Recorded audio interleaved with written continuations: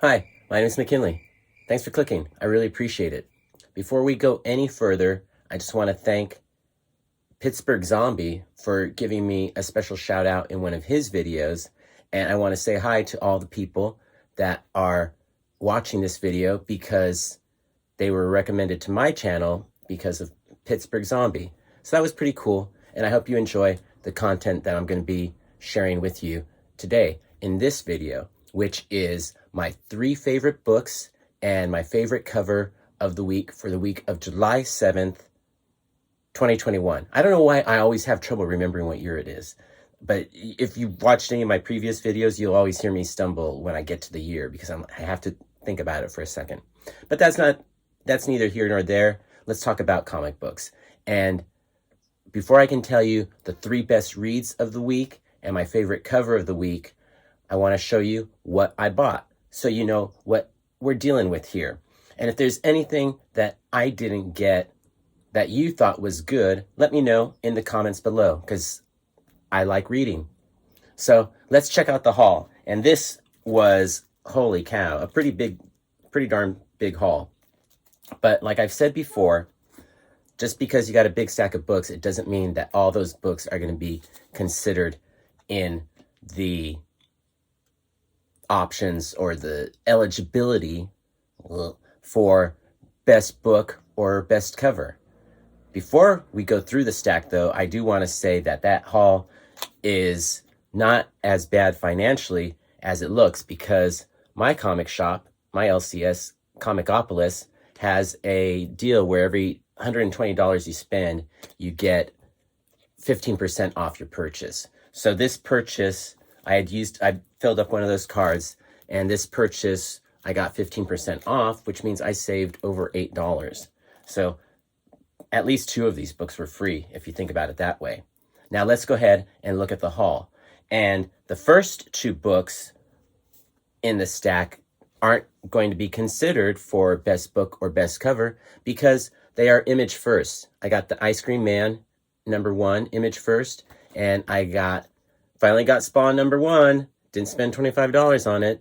I probably will eventually get a Spawn #1 of first printing or whatever, second, third, not one of these image first, but a real Spawn one. But this is pretty good for now. I'm not in any hurry to pick that up because I'm not in any hurry to shell out a lot of money because you saw how much money I shelled out this week. So now let's look at the haul. And this week, just like last week and probably the week before, no Marvel books at all. We just picked up DC and indies. So let's look at the DC books. We got Batman. I think it's number 110. We got Swamp Thing. I think this is issue 5.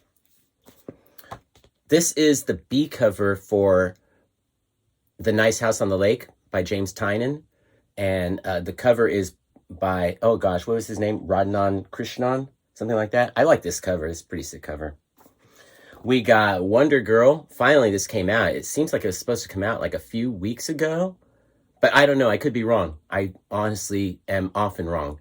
So we got Wonder Girl, the A cover, and we also picked up the B cover. This is just beautiful. I like that a lot. We also picked up Batman Fortnite 0 Point #6. This is the end of the this little series. And we picked up... I actually like this cover way better than the previous cover. So those were the DC books. Now on to the indies. For indies, we got God Killer, Tomorrow's Ashes. This is #1. But this book was actually released digitally in 2012, I think it was. So, but this is the first printing of this. I guess it had never been printed before. So it was only a digital release and now is seeing the light of day in print like 9 years later. We also got Basilisk with this awesome Martin Simmons cover. That's just beautiful, right? We picked up the Phantom on the Scan, the newest issue. I think this is issue 3 on Aftershock. On Dark Horse, we picked up, oh gosh, I can't remember this name. Masters of the Universe. I'm so stupid. And Revelation. And this is the prequel to the story that is going to be debuted on Netflix. So I'm going to be getting this one slabbed up, and it's already on the way to CGC right now. I just sent it. Like, you didn't even see me pack it up. I just did it right now. We got Karmen. I love that cover. Guillaume March. Good work.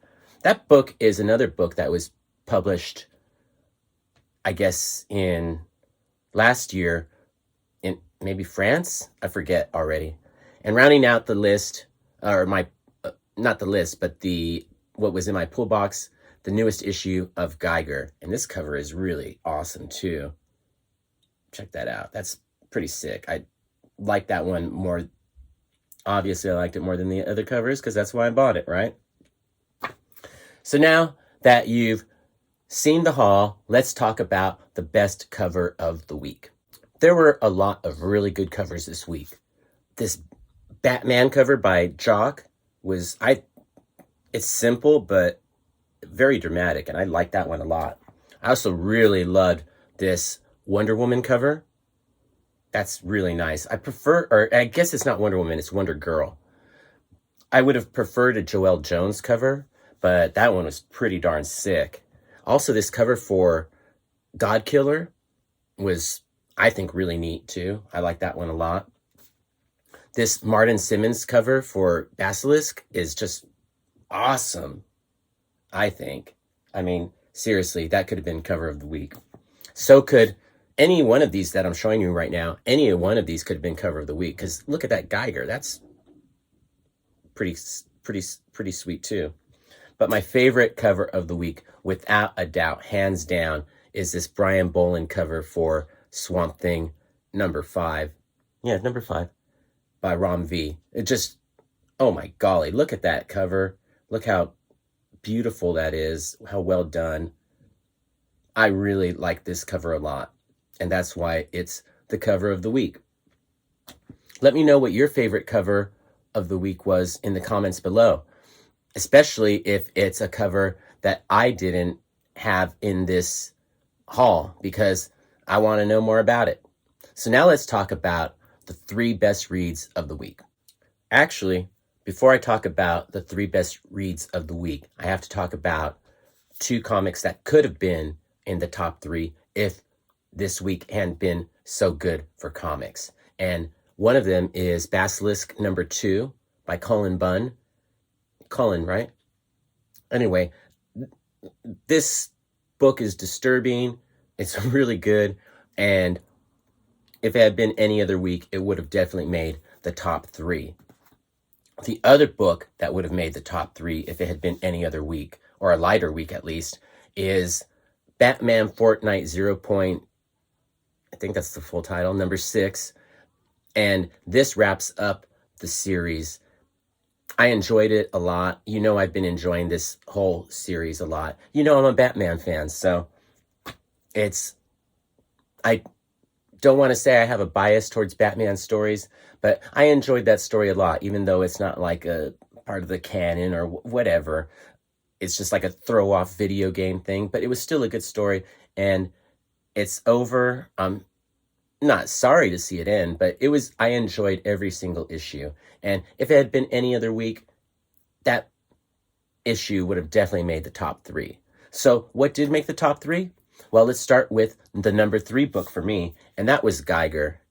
Everybody loves this. You are probably already reading it if you're watching this video, and you know how good Geiger is. It's a great story, and it just got, the ending had a great, or I should say, it had a great ending that makes me want to see what's going to happen next. And that's the perfect thing that you want in a comic book. Just, you can't wait till the next issue comes out. So that is the case for Geiger, and I am super stoked to have read this, and I hope you read it too, or at least get the trade paperback when it comes out, which won't be that long because we're already at issue 4. So probably another 2 issues until a trade comes out. I don't know. We'll see. So what's my number 2 favorite book of the week? And you know I've been biased about this book for a really, really long time. That is Karmen. This is the wrapping up of the series, and it was a great story, and it had a very good ending that I liked a lot. I'm trying not to ruin anything if you decide to read it, either in trade or pick up the issues. It was a great story. Not your typical, it's not a capes kind of book. It's more, writer. It's more of a story that you could read as a book or whatever. In any case, I liked it a lot. It's translated, I think, from French. And sometimes I think the wording, it gets a little, I think things get lost in translation. Ooh. But I loved this story a lot. I'm sorry to see it end. I really liked Karmen, and the artwork was fantastic. The story was great. Definitely my second favorite book of the week. And if it had been any other week, would have probably been my favorite book of the week. So what was my favorite read this week? I gotta tell you, Batman, James Tynion came through with a great issue of Batman. I enjoyed this one a lot, and I was super stoked to read it. I think you will be too, if you are a Batman fan of any sort. Lots of action. This was like a meat and potatoes kind of issue. So I was pretty excited to read it, and that is why it made #1, because nothing else could top this in terms of action and a decent story.